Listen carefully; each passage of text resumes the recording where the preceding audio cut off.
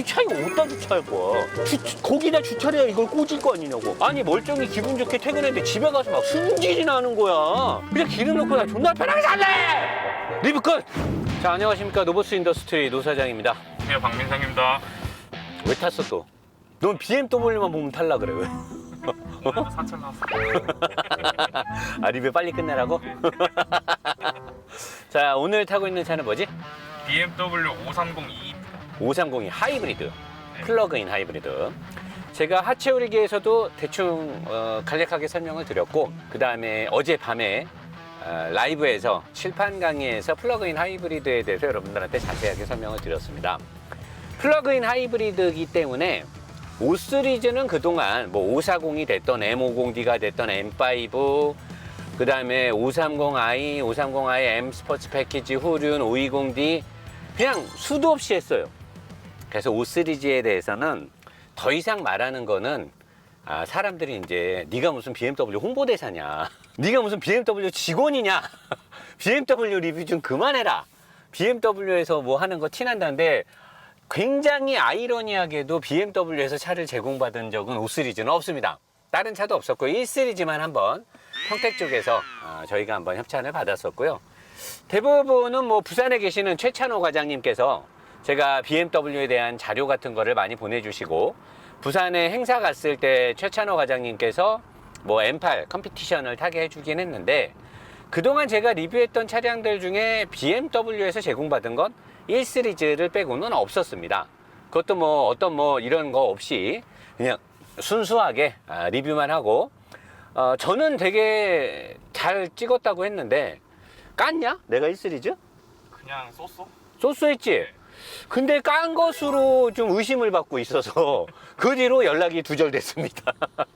아니 나는 되게 잘해줬다고, 사실 굉장히 언더커버를 잘 쳤는데, 근데 연락이 그 뒤로 두절이 됐어요. 우리 평택에 계신 BMW 관계자분들, 저의 리뷰를 보고 실망하셨다라고 하면 죄송합니다. 아무리 협찬을 받아도, 만약에 어떤 뭐 후원을 받은 적은 없지만 만약에 해준다 하더라도 저는 할 말은 다 해야 되기 때문에 그 부분에 있어서만큼은 그쪽 관계자분들의 어떤 성에 차게 리뷰를 제작하지 못한 점 다시 한번 사과를 드리면서 한 번 더 협찬을 해주시면 안 될까요? 역시나 까도록 하겠습니다. 깔 때 까이더라도 협찬은 괜찮다나 그러면서 협찬해 주시면 좋겠고요.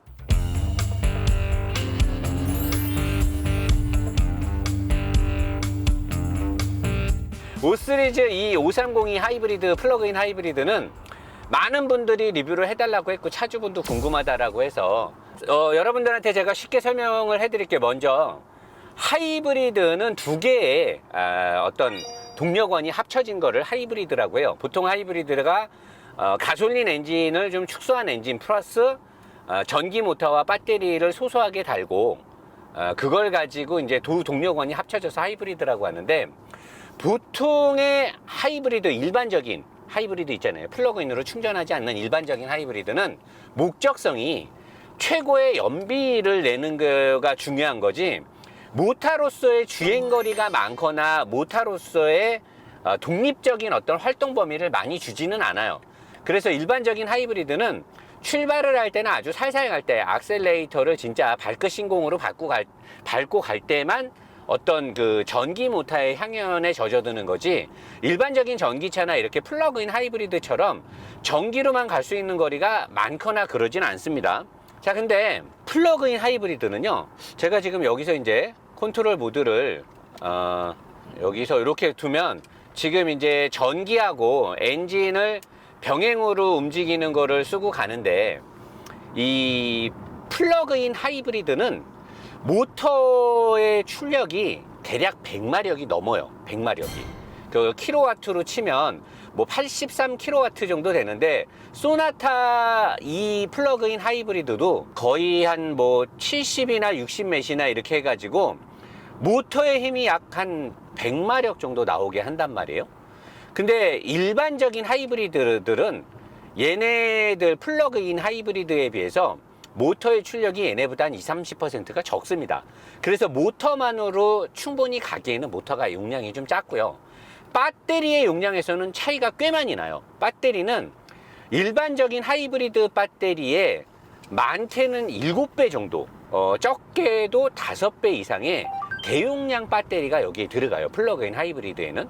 그래서 이 차의 공차 중량은 물론 일반적인 하이브리드도 많이 무거워지지만 얘는 일반적인 5 시리즈, 특히나 경쟁차가 아니라 베이스가 됐던 520i, 여기에 들어가 있는 이 4기통 가솔린 엔진이 184마력의 520i에 들어가는 그 노사장이 좀 좋아라 하는 일반적인 4기통 가솔린 터보 가장 리니어한 그 부드러운 엔진이 들어가는데, 일반적인 5 시리즈가 공차 중량이 1600km를 왔다 갔다 하거든요. 얘는 지금 공차 중량이 1900km가 넘어요. 그러니까 300kg 이상의 공차 중량이 많이 무거워지죠. 거기다가 무거워진 공차 중량이 골고루 분포가 되는 게 아니고요. 약간 BMW가 좋아하는 그 노사장이 좋아하는 저중심화, 그 다음에 앞뒤, 웨이트 디스트리뷰션, 앞과 뒷바퀴의 축의 앞뒤의 무게 배분, 이런 것들이 붕괴가 돼버리는, 앞쪽이 막 무거워지는 게 아니고, 사실 일반적인 이런 세단이나 쿠페형 차량들, 앞에 엔진이 있는 차량들은 원래 무게 배분을 5대5로 하면 가장 이상적이지만 대부분은 앞이 살짝 무겁죠.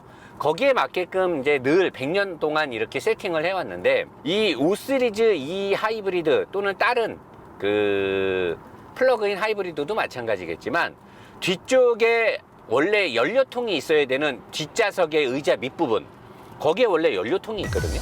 근데 이 차는 거기에 배터리 2개가 들어가요, 양쪽에. 그 다음에 거기에 있었던 연료통이 트렁크 바닥으로 갑니다.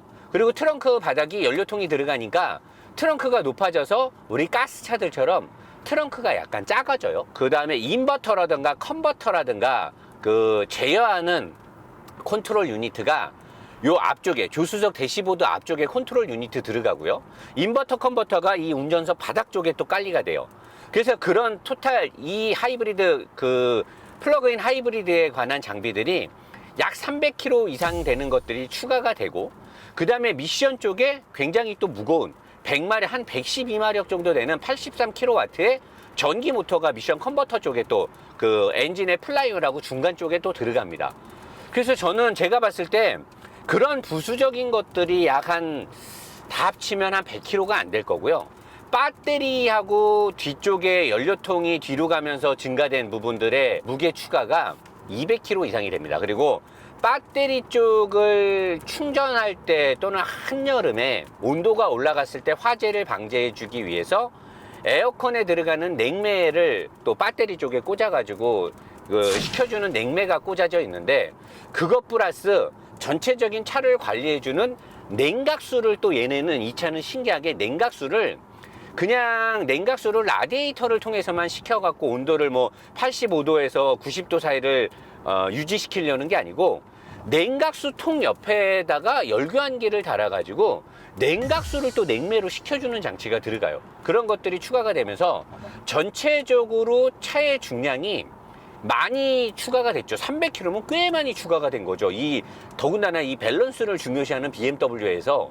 근데 뭐 사람들은 그래요. 뒤쪽에 바닥 쪽에 추가가 됐으니까 상관이 없다라는데, 아니에요. 상관이 꽤 있습니다. 지금 이제 달려보면요, 얘가 뒤쪽에 무게가 추가됐기 때문에 이렇게 들어가면 이런 데서는 어떤 바닥에 좀 깔리는 것 같으니까 상관이 없이 쭉 가는데, 가속을 쭉 하다가 브레이크를 밟는 시점이 되거나 이러면은 뒤쪽이 무거운 게 느껴져요. 뒤쪽이 무거운 게 느껴지고, 코너를 들어갈 때 횡지에 의해서 방금처럼 이렇게 롤의 중심을 잡으려고 하는 상황에서는 바닥 쪽에 무게가 깔려 있기 때문에 일반적인 운전자들은, 야, 내 차가 말이야, BMW인데 말이야, 후륜차인데 말이야, 뒤쪽에 무게가 증가하면서 바닥 쪽에 배터리가 들어가가지고 이게 무게 배분이 기가 막히거든. 그래갖고 이렇게 할 때 끝장나. 방금 내가 보여준 이런 장면에서는 그 사람들 말이 맞아요. 끝장나는 것 같아요. 근데 이거는 달리고 있을 때 네 바퀴가 어느 정도 무게를 다 지탱하고 가는 상황에서는 전혀 못 느껴. 오히려 좋다라고 느낄 수 있는 게 맞는데, 이제 속도가 아주 많이 빨라지거나 또는 코너를 세게 돌아갈 때는 지오메트리 붕괴가 옵니다. 저는 처음으로 BMW를 타면서 이거는 실망이라는 표현보다는 개황당이라는 표현이 맞을 거예요. 뒷바퀴 쪽이 너무 많이 무거워지니까 BMW가 추구했던 원래의 기본 베이스의 무게 배분에서 상당 부분 오버가 되다 보니까 코너에서 굉장히 색다른 느낌을 줘요. 뒤가 만약 뭐 쉽게 표현하자면 미드십에 람보르기니 같은 슈퍼카를 타는 느낌이 들어서 여차하면 컨트롤이 안 될 것 같은 느낌이 들고요. 뭔가 내가 BMW를 타면서 느꼈던 경쾌함과 밸런스가 뛰어나면서 무게중심이 낮고 뭔가 컨트롤을 함에 있어서 이 잘 조련된 말처럼 차가 내 말을 되게 잘 듣는다는 느낌은 사실 쉽게 느껴지지가 않습니다. 굉장히 다른 차를 타고 있다라는 느낌이 들어요. 그리고 이제 이렇게 달리면 일단은 고속도로를 달리거나 이럴 때 지금 제가 일반적인 모드에서 달리고 있거든요. 배터리 모드가 아니고 일반적으로 배터리 컨트롤 모드. 근데 그러면 다시 오토 E 드라이브 모드에 들어가서 자동으로 전기의 어떤 배터리와 모터를 또는 엔진을 알아서 일반적인 모드가 이 모드예요. 일반적인 모드. 그 다음에 이렇게 놓으면 전기 모드에서는 그냥 아예 전기로만 가요. 엔진을 아예 죽여버리고 전기로만 가고요. 그 다음에 여기 배터리 컨트롤 모드로 가면 가급적이면 엔진을 돌리면서 배터리를 충전하려고 합니다. 굉장히 빨리빨리 배터리를 충전하려고. 이게 DC-DC 충전으로 들어가기 때문에 꽤 빠르게 이거 여러분 보시면 알죠? 엔진이 구동이 돼서 미션을 통해서 구동을 하면서 미션에서는 다시 배터리를 충전을 하고 있죠. 그러니까 지금 엔진을 기름을 때워서 배터리도 충전하면서 엔진으로 구동까지 가니까 184마력이 온전하게 바퀴로 못 가겠죠. 일부는 지금 배터리를 충전하는 데 써야 되니까요.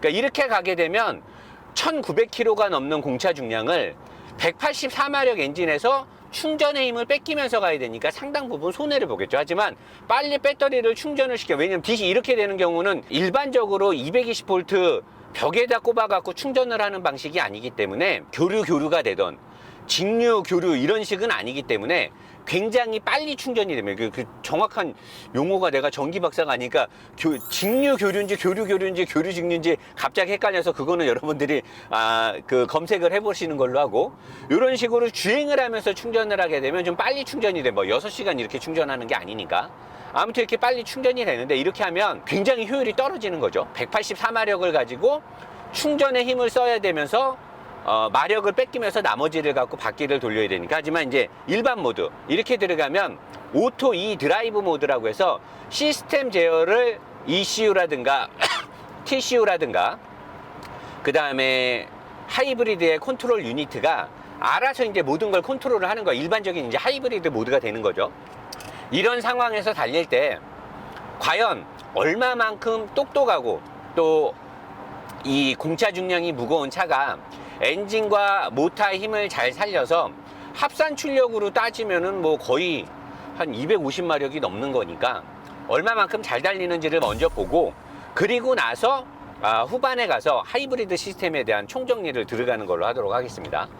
자, 그러면 일단은 약간 지금 장마 구간이고 계속 비가 와가지고 죽기 살기로 쏘기는 좀 그렇고요. 그리고 브레이크는 520i에 비해서는 좀 530에 들어가는 그런 브레이크가 들어갔어요. M 컴포짓 브레이크가 들어갔는데 중량이 높아지고 출력이 한 250마력 가까이 되니까 들어간 것 같은데 브레이크만 믿고 쏘기에는 노면이 좀 그렇고 일반적으로 한번 쏴볼게요. 자, 이제 풀악셀을 쳐보면 엔진과 배터리가 지금 같이 움직이는 게 보이시죠, 여러분? 엔진과 배터리가 같이 움직이는데 풀악셀을 쳤을 때 나가는 가속력이 모르겠어요. 이게 실제로 제로백이 얼마나 차이 날지는 모르겠는데 느낌상은 530i가 나가는 거에 비해서 얘가 더 뛰어나다 라고 보긴 좀 그래요. 왜냐면 재원상으로만 보면 엔진 184마력에 모터가 112마력인가 그러니까 재원상으로만 보면 300마력인데 합산 출력은 아마 300마력이 안 될 거예요. 그럼 뭐 합산 출력을 뭐 그냥 대충 뭉뚱그려 가지고 그냥 기분 좋게 뭐 한 250, 60마력이라고 하면 530i 2000cc 터보 엔진 들어간 본격적인 5시리즈의 주력 모델하고 마력이 비슷해야 되는데 얘가 공차 중량이 1900km잖아요.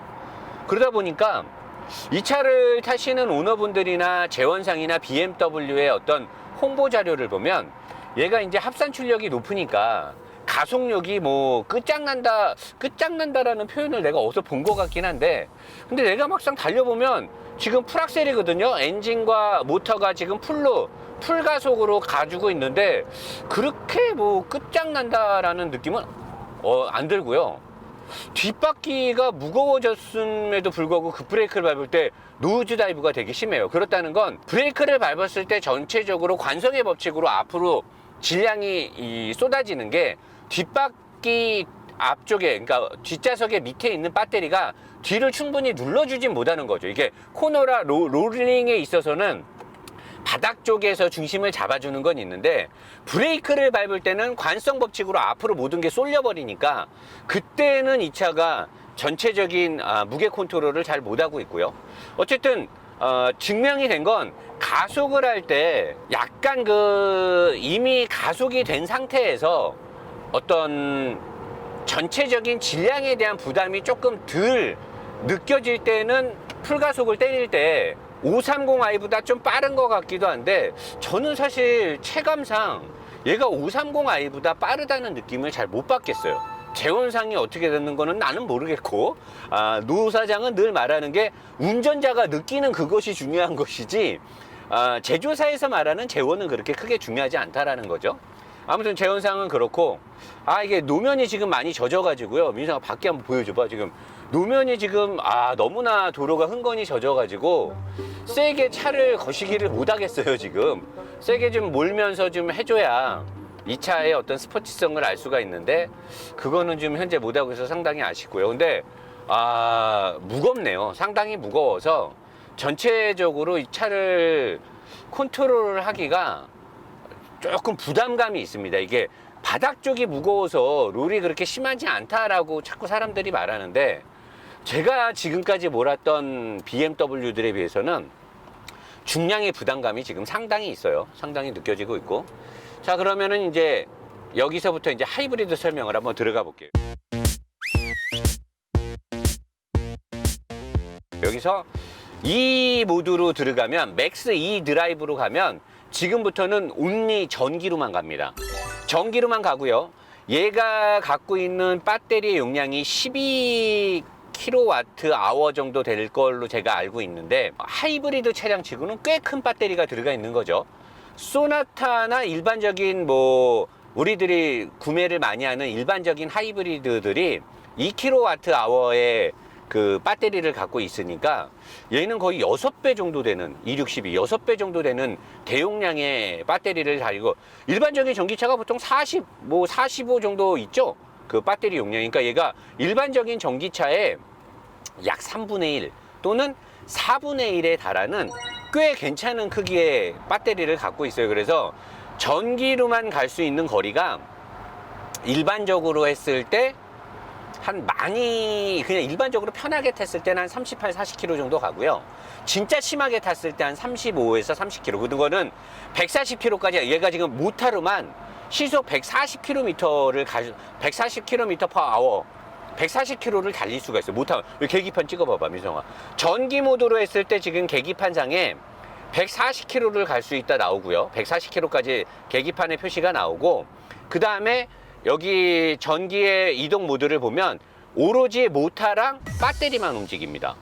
그래서 얘가 항속을 걸고 부드럽게 가게 되면은 직병렬 시스템은 PSD라는 파워 스플릿 디바이스가 있고, 얘는 여기 미션의 앞쪽 토크 컨버터 쪽에 모터가 있기 때문에 모터의 힘을 기어 변환을 통해서 나갈 수가 있어서 모터가 회전을 빨리 할 수 있지만 마지막에 조루가 되는 그 토크가 줄어드는 한계점에 가서 그거를 보완해주는 미션의 어떤 변환 장치를, 기어비를 응용할 수가 있기 때문에 항속을 걸고 가게 되면 운이 좋으면 모터만으로 약 70km 정도를 달릴 수가 있어요. 거리를 꽤 멀리 가는 거죠. 그래서 집에서 충전만 잘 해가지고 나오면 모터만을 가지고 기름 한 방울도 쓰지 않고 전기차처럼 70km를 간다는 거죠. 대단한 거 아닙니까? 하이브리드인데. 그래서 지금 전기만으로 달리는데 쭉 달려보면 진짜로 지금 100km가 넘은 상태에서는 가속이 빠르지 않아요. 왜? 마력이 100마력 간신히 넘기 때문에 전기 모터만으로는 100에서의 추월 가속은 월등하게 확 올라가진 않아요. 그리고 기어 변환을 통해서 나가기 때문에 큰 힘을 내면서 나가지 못하는데, 지금 이렇게 탄력을 계속 받으면서 나가면 지금 105, 요거는 키로 찍어도 돼. 여기가 110km까지는 달려도 되거든. 여기 도로가 지금 110km까지는 달려도 우리가 도로교통법에 문제가 되지 않으니까 지금 이렇게 108km, 지금 여러분 보시다시피 전기로만 가고 있어요. 전기로만 가고 있는데 지금 110km 넘어서도 가고 있죠. 이렇게 전기로만. 야, 이제 속도계 그만 찍어. 속도계 그만 찍고 말로 해야 돼. 이제부터는 말로 110km가 넘어서 112 이렇게 쭉쭉 갑니다. 전기로만 지금 120km를 가까이 가고 있어요. 이렇게 전기로만도 엄청나게 많이 가. 이게 플러그인 하이브리드의 장점이거든요. 일반 하이브리드는 이렇게 못 가는데. 자, 근데 이렇게 달리게 되면 배터리의 소모량이 이제 급격하게 빨리빨리, 이게 고속도로에서 막 쏘면은, 민성아 여기 찍어봐. 아까 배터리의 잔류가 80%가 넘었는데 벌써 이제 배터리의 잔류가 50% 미만으로 떨어지기 시작했죠. 속도가 살짝 넘어갔네. 저거 살짝 지워줘. 7km 가속으로 가속단지 크기면 억울하잖아. 자, 그래서 이제 배터리만으로 계속 가볼게요. 배터리만으로 계속 가면 이 차가요, 배터리로만 이렇게 계속 가면 뭔가 되게 뿌듯하고 굉장히 뿌듯해요. 왜냐? 내가 전기와 엔진을 같이 타는 하이브리드를 타는데 엔진의 기름을 한 방울도 쓰지 않고 전기로만 이렇게 간다는 거에서 운전자들은 엄청난 쾌감과 내가 엄청나게 기름값을 아끼고 있다라는 자아도취에 빠지게 돼요. 왜냐면 저도 그러거든요. 그리고 은근슬쩍 사람을 쫌생이로 만들죠. 기름을 때우지 않기 위해서 발끝 신공을 하면서 어떻게든 기름을 안 쓰고 가려고 난리 지랄 법석을 떨게 되는데, 운전자가. 자, 근데 문제는 뭐냐면 지금 이렇게 가면, 민성아 다시 여기 찍어봐. 방금 너가 찍은 지 채 2분도 안 됐는데 배터리 줄어든 거 보이지? 예. 배터리 또 많이 줄었잖아, 그지? 그리고 속도는 현재 130km를 넘어서고 있습니다. 130km를 넘어서고 있는데, 자, 그러면은 이렇게 전기로만 가는 게 너무 좋은데 지금 급격하게 어떤 배터리의 잔량이 줄어들고 있는데, 이렇게 배터리만으로 가는 걸 너무나 좋아만 하는 게 과연 이게 대박일 것인가. 제가 봤을 때 이 차값이요 8천만 원이거든요. 할인 받고 어떻게 진짜 최대 조건으로 사도 7천이에요 520i는 6천만 원이 안 하죠. 그러면 대략 한 1,300~400만 원, 많게는 1,500까지도 차이가 나는데 그 돈으로 기름을 넣으면 되지 않을까요? 그 돈으로 내가 봤을 때 기름을 넣으면은 이게 한 달에 520i랑 대비해서 편하게 탄다라고 하면 매일 충전을 열심히 다 할 수는 없거든요. 내가 늦게 오거나 또는 주차 자리에 이 천을 꼽을 수 없거나 그러면 매일마다 저녁으로 또는 출근해서 또 충전하고 이걸 못할, 매일같이 이 배터리의 잔류량을 100%를 충전을 시킬 수 있는 자신이 없어요, 모든 사람이. 그리고 언젠가는 귀찮아지기도 하고 매일 그 수고를 해야 되니까.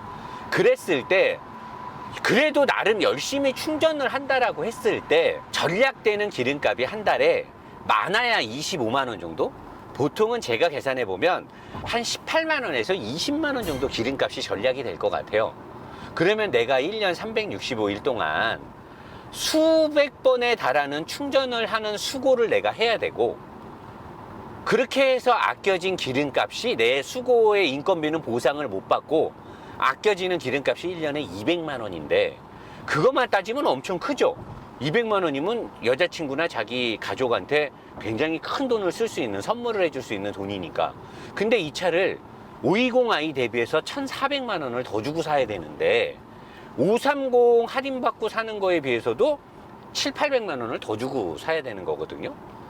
그러면은 그냥 그 돈으로 기름을 넣으면은 4~5년 동안 아주 편하게 그냥 이렇게 스트레스 받지 않으면서 발끝 신공을 하면서 해야 될 필요가 없지 않을까요? 라는 생각이 드는 거예요, 나는. 민성이 배터리 한번 찍어볼래? 이제 배터리 거의 끝나가.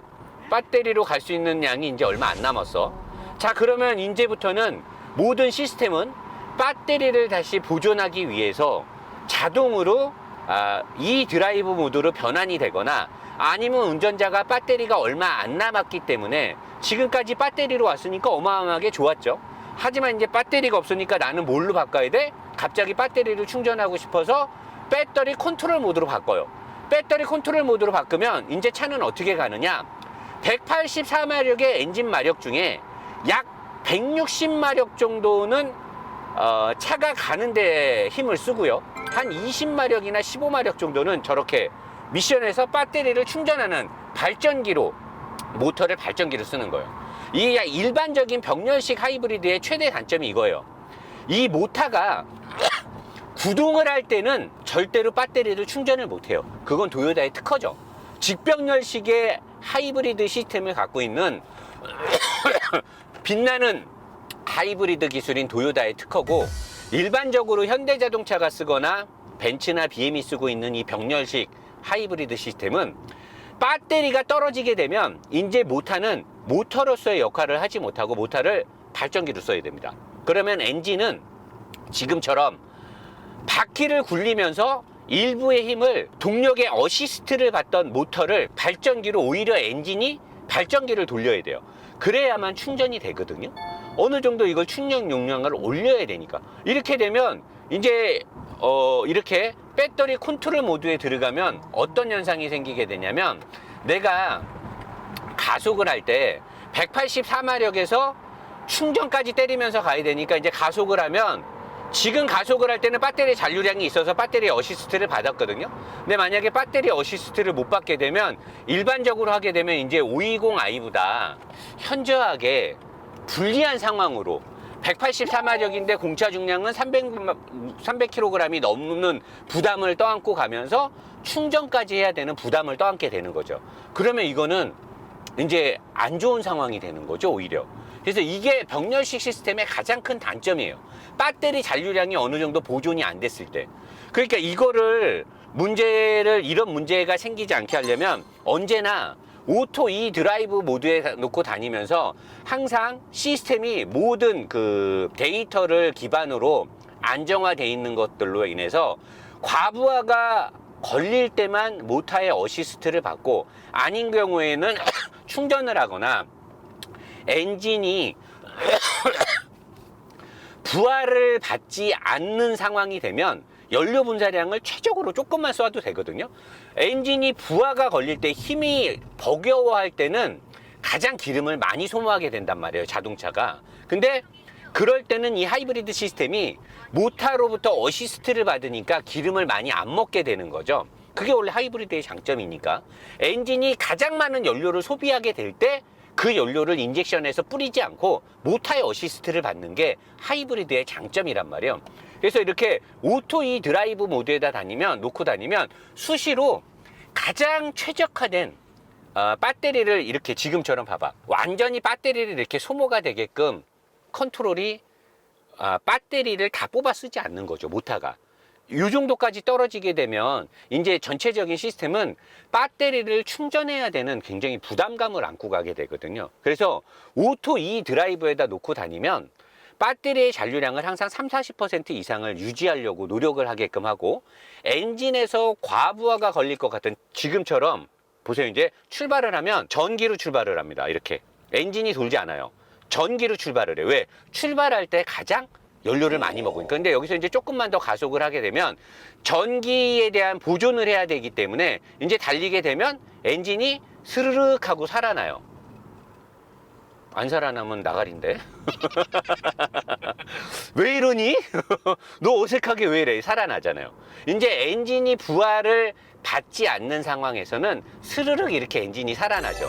그랬다 이렇게 내리막길을 가거나 탄력을 하게 되면 또 엔진을 죽이고 배터리로만, 모터로만 가는, 이렇게 최적의 주행 환경을 살려서 배터리의 잔류량을 어느 정도 보존하면서 연료의 분사량은 최적으로 유지하려고 노력하는 게 이 하이브리드의 장점인데, 이게 도요타의 직병렬 시스템을 써보지 않은 분들은 현대자동차의 병렬식이나 벤츠 BM의 병렬식을 써보면서 야, 이거 되게 좋다라고 하는데, 노 사장은 우리나라 자동차 리뷰계의 끝판왕이잖아요. 국대급이고 우리나라 리뷰 1등이잖아요. 어떤 그 차알몬 리뷰어가 도요타가 뭐 15년 전에 완성하지 못했던 기술을 현대자동차가 병렬 시스템을 완성, 그건 다 개소리고요. 말이 안 돼요. 왜냐면 지금 이 2020년에 들어가 있는 현대자동차의 병렬 시스템이 오히려 BMW보다 더 특허가 많거든요.